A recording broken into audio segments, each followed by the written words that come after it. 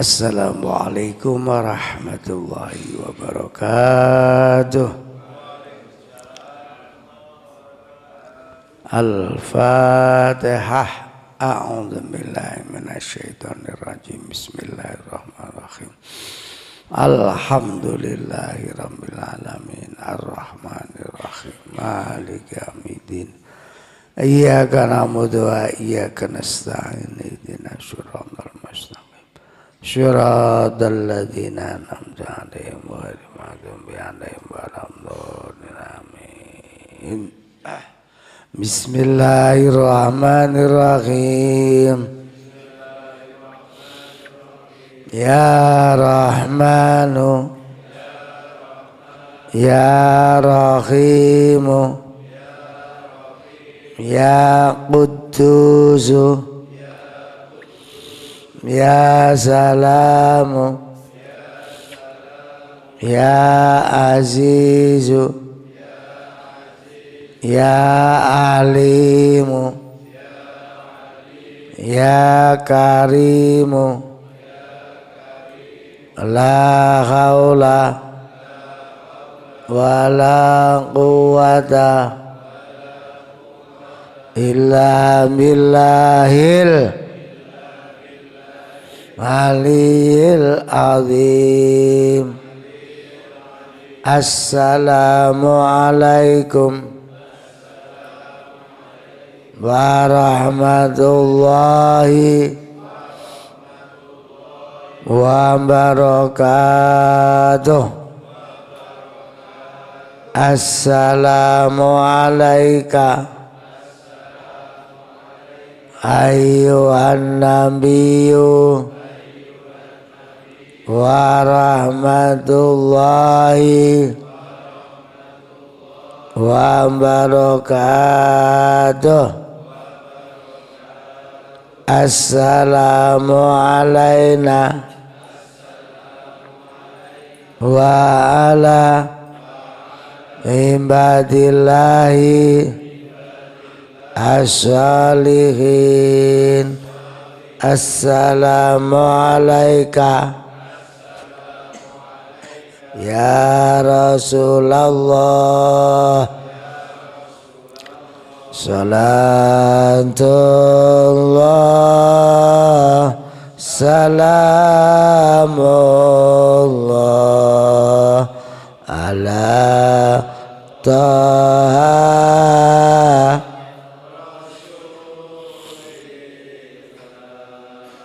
salatullah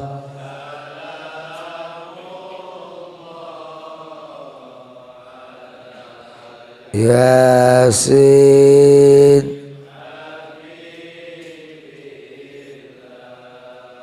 tawassalna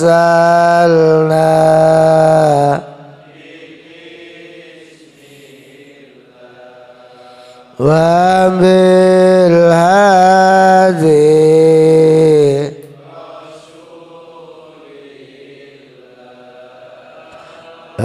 kulli mujah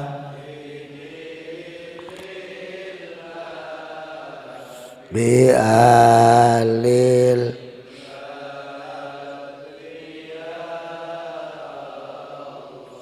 la ilaha illallah haqqul mubin Muhammad Sadiqul wa'dil amin. La ilaha illallah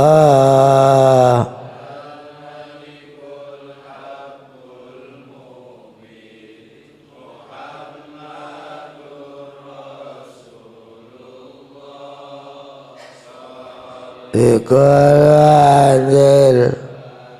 astaghfirullah Rabbal baraya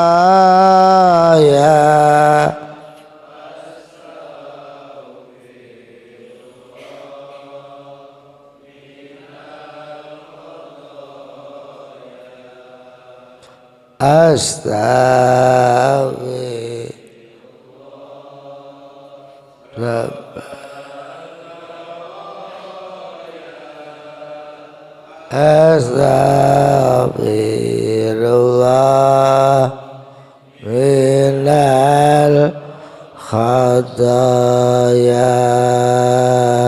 Alhamdulillahi rabbil alamin. Para pemirsa TV 9 di mana saja berada, semoga selalu ditulungi Allah. Para jamaah pondok pesantren mahasiswa Al-Jihadul Hakim Surabaya, semoga barokah selamanya. Alhamdulillahirabbil alamin. Kita akan ngaji surat Al-Ahzab ayat 29. Surat Al-Ahzab ayat 29. A'udzu billahi minasy syaithanir rajim. Bismillahirrahmanirrahim. Wa in kuntunna turidna Allah wa rasulahu wad daral akhirah fa inna Allah a'adda lil muhsinati minkunna ajran azima. Ayat ini turun ketika Rasulullah Sallallahu Alaihi Wasallam bersama para istrinya di rumah.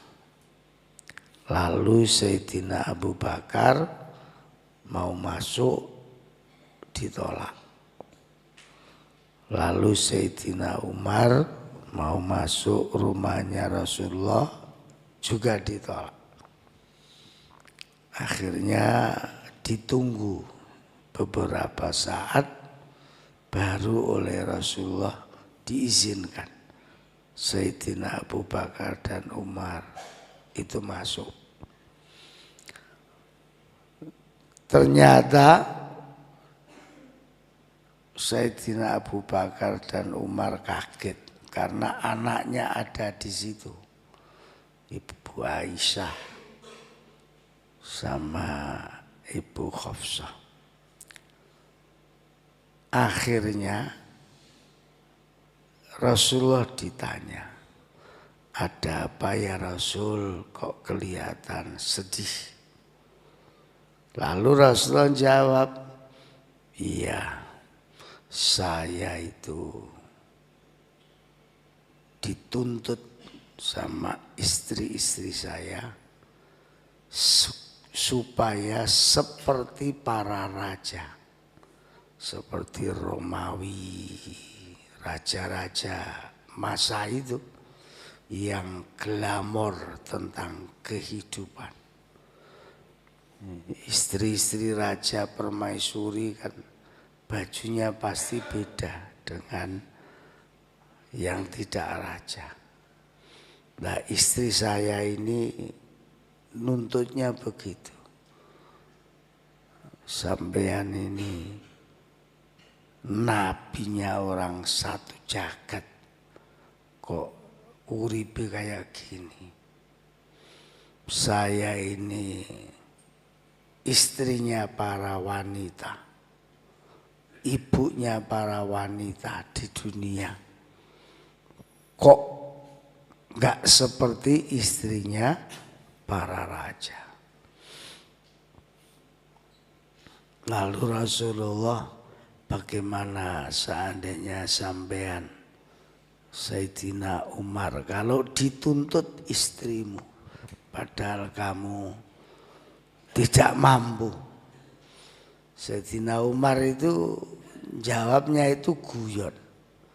Kalau saya punya istri nuntut tak beleh, tak bunuh.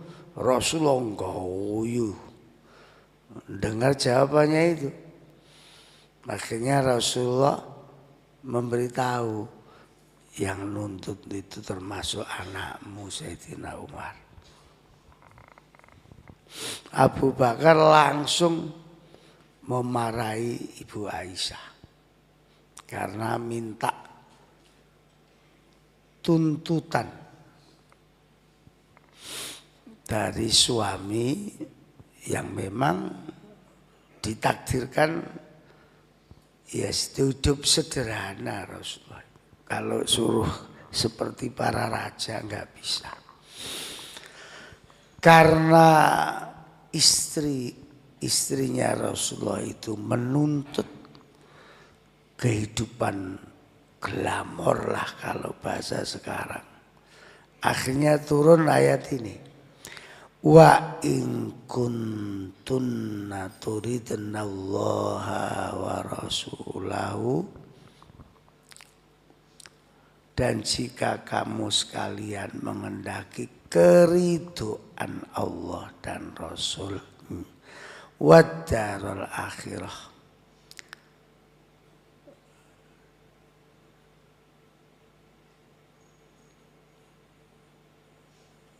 yang mencari ridhonya Allah dan Rasul dan akhirat dibanding dunia maksudnya. Fa innallaha a'adda lil muhsinati, maka sesungguhnya Allah menyediakan bagi siapa yang berbuat baik min kunna ajran azimah, pahala yang besar. Jadi kalau istri ini khususnya asbab nuzulnya kan para istri itu bisa ridho dengan keadaan yang ada, dan ridhonya itu dalam rangka mendapatkan ridho akhirat, maka dia akan mendapat ajran azimah, pahala yang besar, kenikmatan yang besar.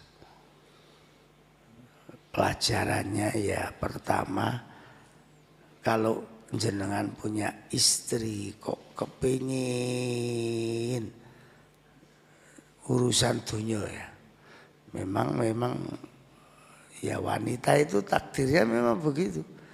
Punya jilbab merah kepingin jilbab hijau, punya jilbab hijau kepingin kuning, terus sampai 3 lemari. Itu wanita. Niku ana wonge. Dan sebenarnya itu normal. Wong istrinya Rasulullah aja karpe kan begitu, karpe.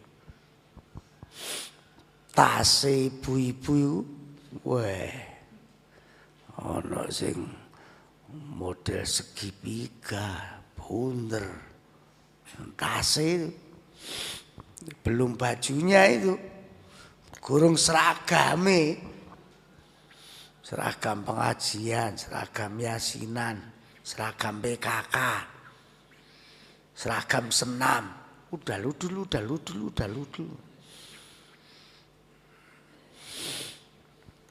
Tapi menurut Allah ini, kalau ada wanita bisa ridho dengan keadaan yang ada, apalagi tidak menuntut suami yang memang di luar kemampuan, itu yang dimaksud Allah ajran azimah.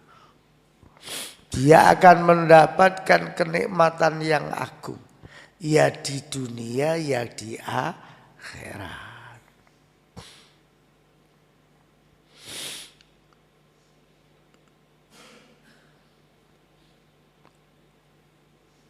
Apa enggak boleh orang Islam itu kaya? Jawabnya ya boleh lah. Wong doanya itu Rabbana atina fit dunya. Pertama fit dunya. Baru wa fil akhirati hasanah. Artinya orang akan bahagia akhirat itu harus diawali dari bahagia dunia. Cuma ojo ono bahasa kedunyan. Seneng dunia itu normal. Tapi kalau kedunyan, ya itu yang sudah tidak normal. Akhirnya apa? Gak ono syukuri. Uripe iku perasaane kurang tok.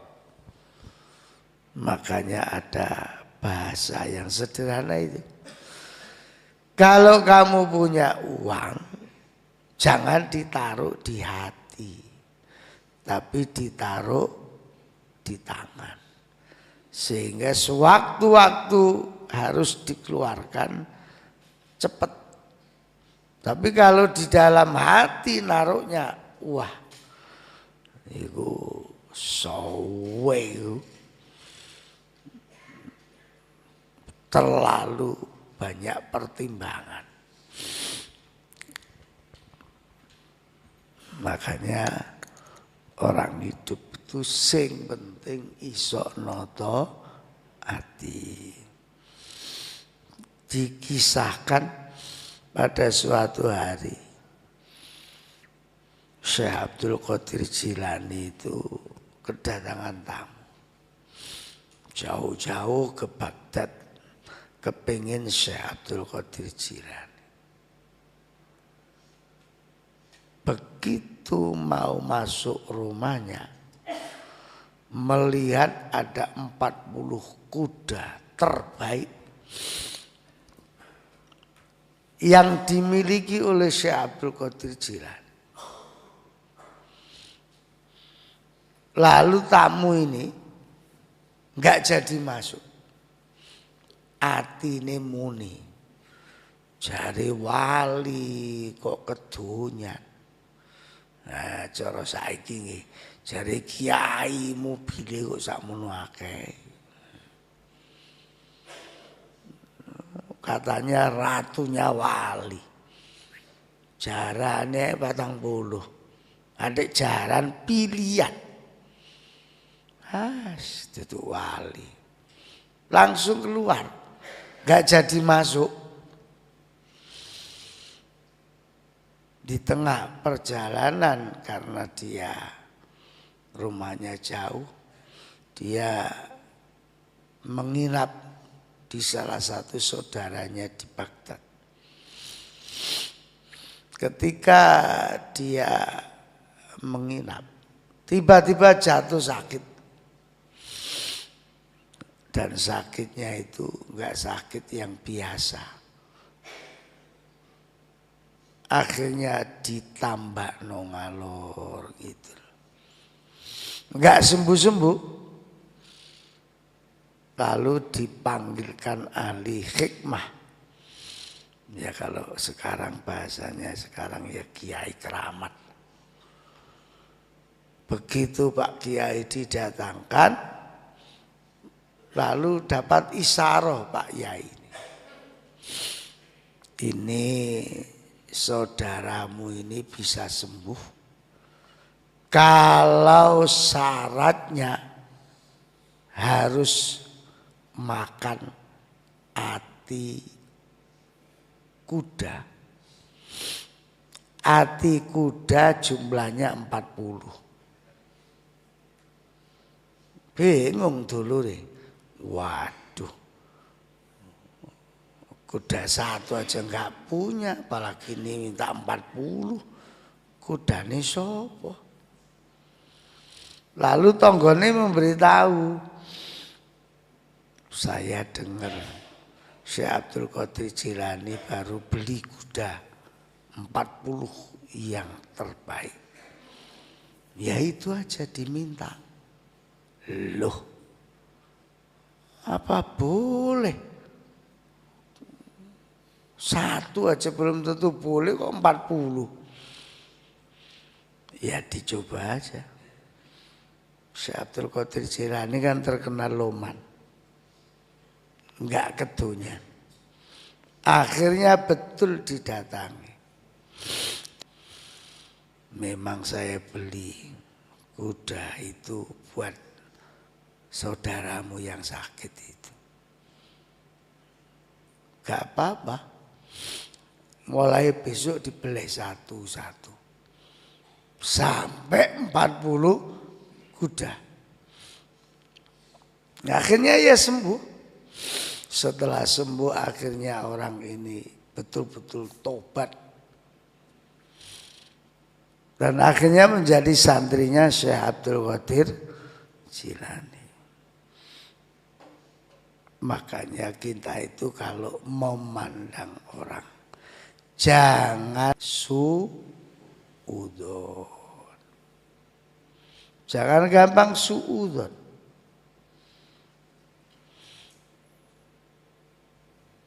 Artinya menjadi orang yang beriman, yang bertakwa, itu gak ono urusannya sugih mbek melarat. Walaupun kaya, tapi kalau atine itu biasa dan tidak menyebabkan harta itu lengah dari Allah, yaiku sing diarani sugih dunya sugih akhirat. Ya kayak jenengan ini. Jenengan kan insyaallah sugih kabeh. Masih mau jamaah sholat. Masih mau ngaji. Masya Allah. Enggak semua orang itu punya hati seperti itu. Kadang-kadang wong itu nak waktu melarat tawakune jamaah agak karuan. Begitu sugih lah mulai prai.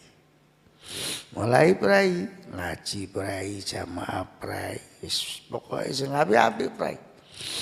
Akhirnya ganti acara, dugem. Acaranya apa? Dugem. Bendino yang karaokean. Yes, wajane wong sugih. Masya Allah, Masya Allah. Mudah-mudahan kita ini diparingi rizki yang barokah. Saya itu punya kiai yang kiai, kalau saya nyebut kiai dunia akhirat. Kiai dunia akhirat.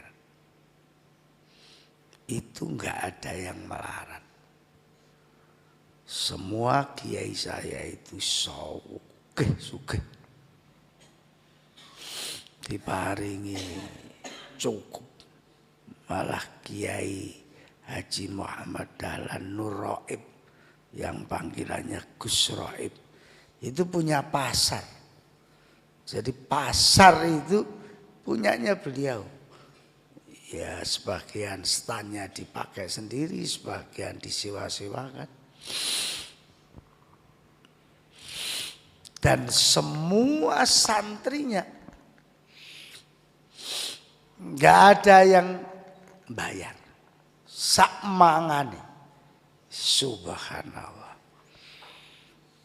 Cuma semua santrinya harus kerja. Kerja di sawah. Dan harus puasa tiap hari. Nah itu santri ajiat gak kuat yang ngono.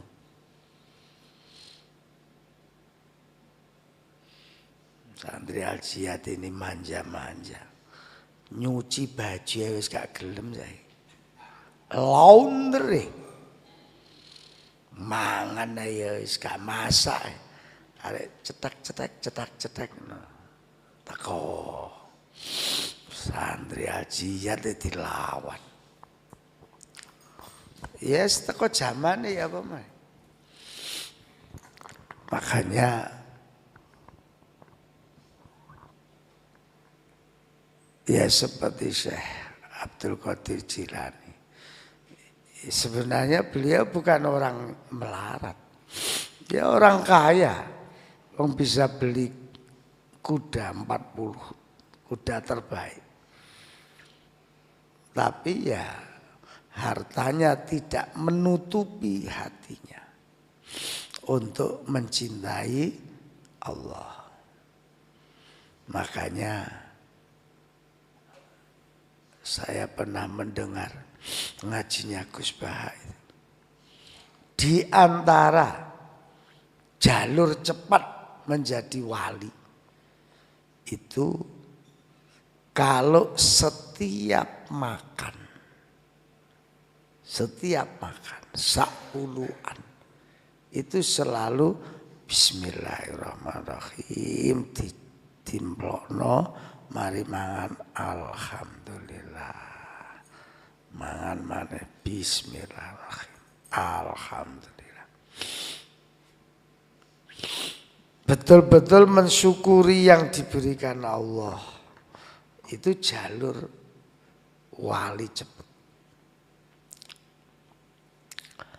Yang kedua, ini ya masih saya dengar aja. Kalau ini bukan Gus Batok, saya dengar dari Yai Zulfa.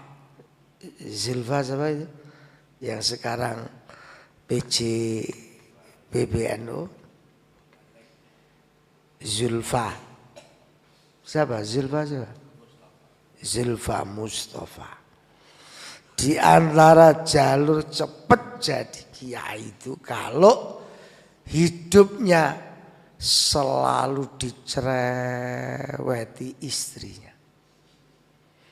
Jadi sampean para suami kalau kepengen jadi wali masyhur harus bojone kon cerewet. Njaluk duwe. Mas, duwe. Gurung ono. Astagfirullahaladzim.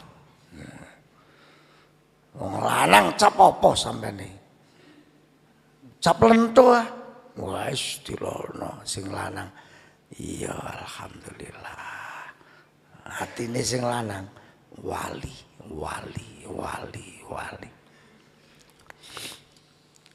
Jadi wali itu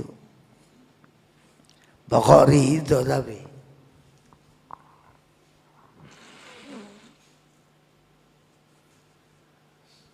maka bersyukurlah kepada para suami yang istrinya cerewet bakat jadi wali.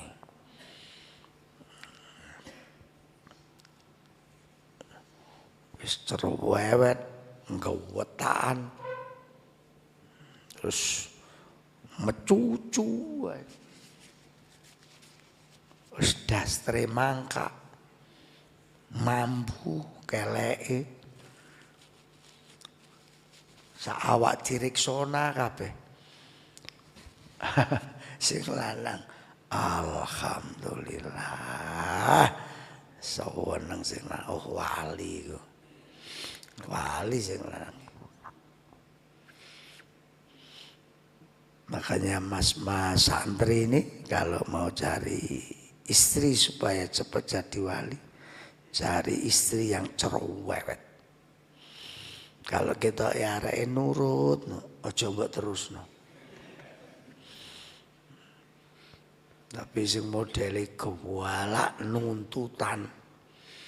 Nah itu terusno. Wali nak kuat, nak gak kuat cepet mati, ngenes. Nah, yang tahu kan sampean sendiri kuat gak kuat. Masya Allah, mudah-mudahan kita semua keluarganya dijaga oleh Allah. Ya dalam situasi apapun sing penting itu dijaga Allah, diberi kekuatan oleh Allah. Itu yang penting itu. Ya Allah, Masya Allah. Saya itu pernah diceritani Romo Yai Husain Ilyas. Kula niki Gus ceritani nate ibu arek-arek niku mbuh nyidam kok aneh. Aku nyidam, Pak. Nyidam apa? Tak pikir ya buah-buahan. Kepengin nyulek matamu. Lung yai wali. Ya gak apa-apa nek iku nyidam. Nggih kula pikir nyulek mbek apa? Lah kok njukuk gladi. Peso digawa. Gak apa-apa to, Pak. Tak culek mbek gladi. Jawabnya ya gak apa-apa. Ya kene. Ngoten niku ya dijojokno ki ndelalah. Ya kaya kerupuk iku, rompal kabeh. Nah sampean ya aja. Ya picek temen. Gak usah gladi, tusuk gigi wis picek. Masya Allah. Ya, masing-masing orang itu punya kemampuan sendiri, punya derajat sendiri, dikon podo ya kaya apa gak iso. Yes, masing-masing orang itu lakone gak podo. Yes, itu memang dari Allah udah begitu. Makanya yang sama itu cuma rasa syukurnya. Alhamdulillah. Dalam keadaan apapun, sing penting alhamdulillah. Itu yang membuat hidup itu bahagia. Dan yang membuat hidup itu dekat dengan Allah. Masya Allah. Apalagi kalau jenengan tahu musibah yang menimpa saudara kita di Sumatera itu, ya Allah. Oh, Masya Allah. Masya Allah. Jadi kita ini dalam kondisi sangat baik-baik saja. Harus selalu alhamdulillah. Di antara dosa yang paling dibenci Allah dan Rasulullah itu ada dua. Dan ini keluarga Al-Jihadul Hakim, keluarga Al-Jihad jangan sampai punya dua ini. Yang pertama adalah bujuan, berdusta.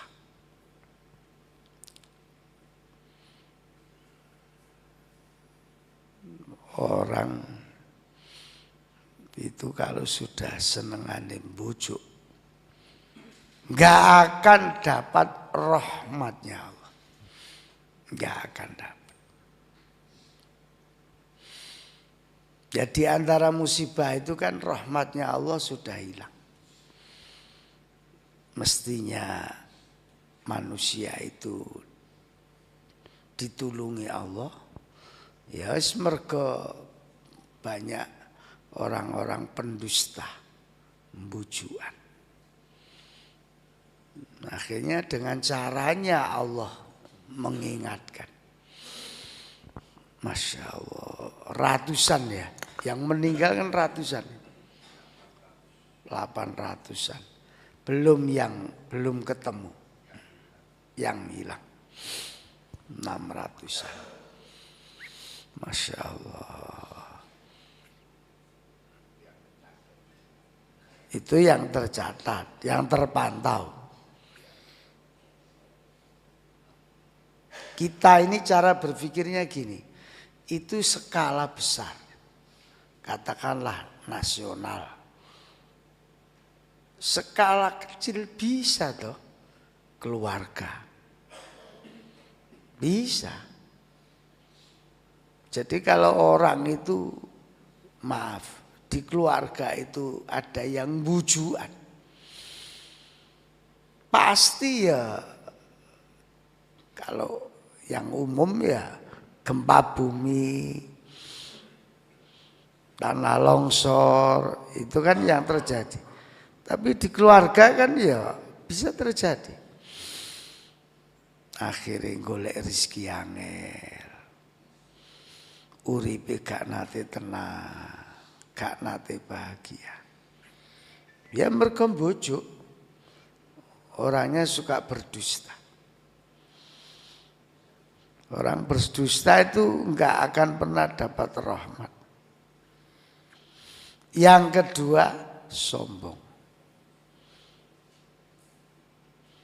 Makanya saya kalau bicara sama orang yang dekat sama saya selalu ngomong, saya ini tidak bisa menyatu hati saya dengan dua orang. Sinten, Pak? Yang pertama, suka berdusta. Atau bahasa saya, yang satu bohong, yang satu sombong. Yang bohong ya saya nggak bisa deket, yang sombong juga nggak bisa deket. Pokoknya mbek wong loro niku mbono ae jalarane pisah. Mboten iso sambung. Yang satu bohong, yang satunya sombong. Makanya jangan sampai kita keluarga Al-Jihad punya sifat seperti itu. Hidupnya akan jauh dari rahmat. Nah kalau sudah jauh dari rahmat, ya jauh dari pertolongannya Allah. Mudah-mudahan kita selalu dapat hidayah dari Allah. Al-Fatihah.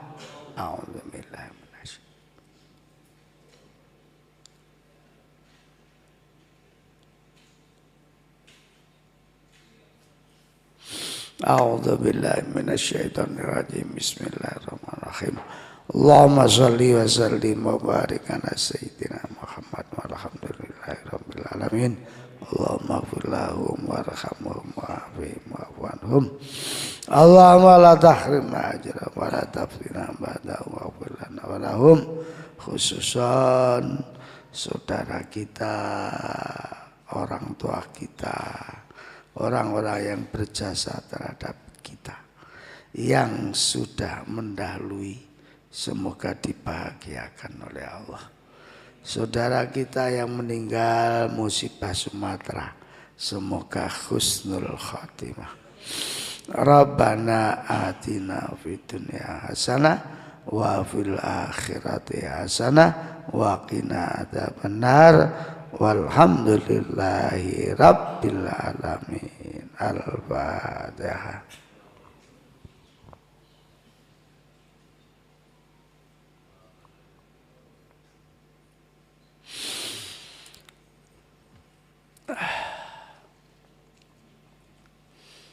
Ini ada pengumuman dari pengurus hasil pengumpulan koin SMS Sabtu kemarin sebesar 620.000.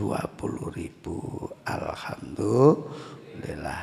Libur semester ganjil dimulai pada tanggal 13 Desember. Kapan nih? Hari ini ya. Berarti habis ini pulang semua ya. Sepeda motornya dibawa.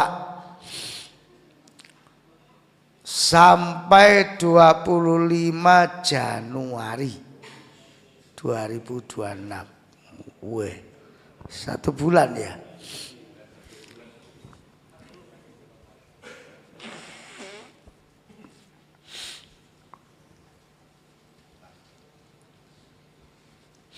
Liburan mahasiswa ini. Seluruh santri wajib kembali ke pondok pada tanggal 25 Desember sampai 4 Januari untuk mengikuti runtutan kegiatan zikir rahmatan lil alamin. Semua santri, dan zikirnya nanti di bulan Januari di UPN. Diminta sama Pak Rektor karena beliau syukuran gedung biar barokah. Alhamdulillah. Insya Allah ya podo-podo barokah.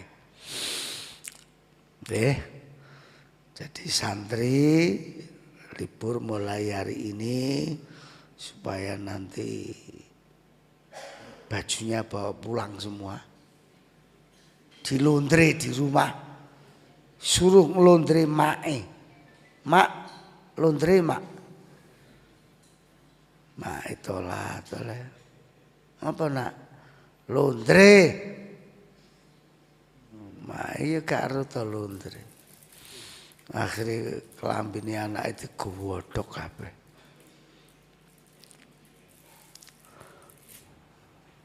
Makanya saya mohon kepada semua santri kalau pulang nanti sampaikan salamnya apa. Ada salam Pak, apa. Yang perlu diingat ya dua tadi. Jangan sombong, jangan bohong. Jangan sombong. Jangan mentang-mentang hidup di Surabaya terus ketemu koncone masa kecil di kampung,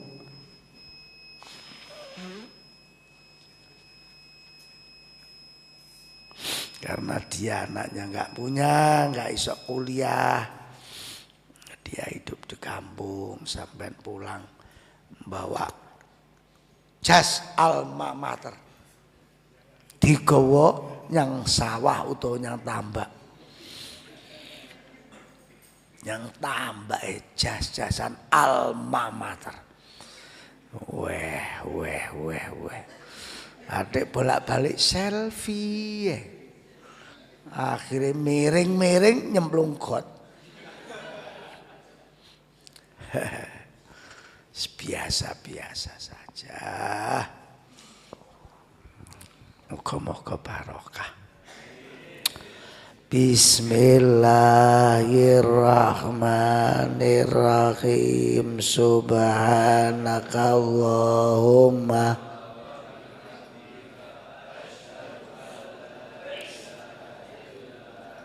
astaghfiruka wa atubu ilaik. Dimohon santri sebelum pulang diberesi dulu syariahnya pondok, jangan ninggal utang. Wassalamualaikum warahmatullahi wabarakatuh.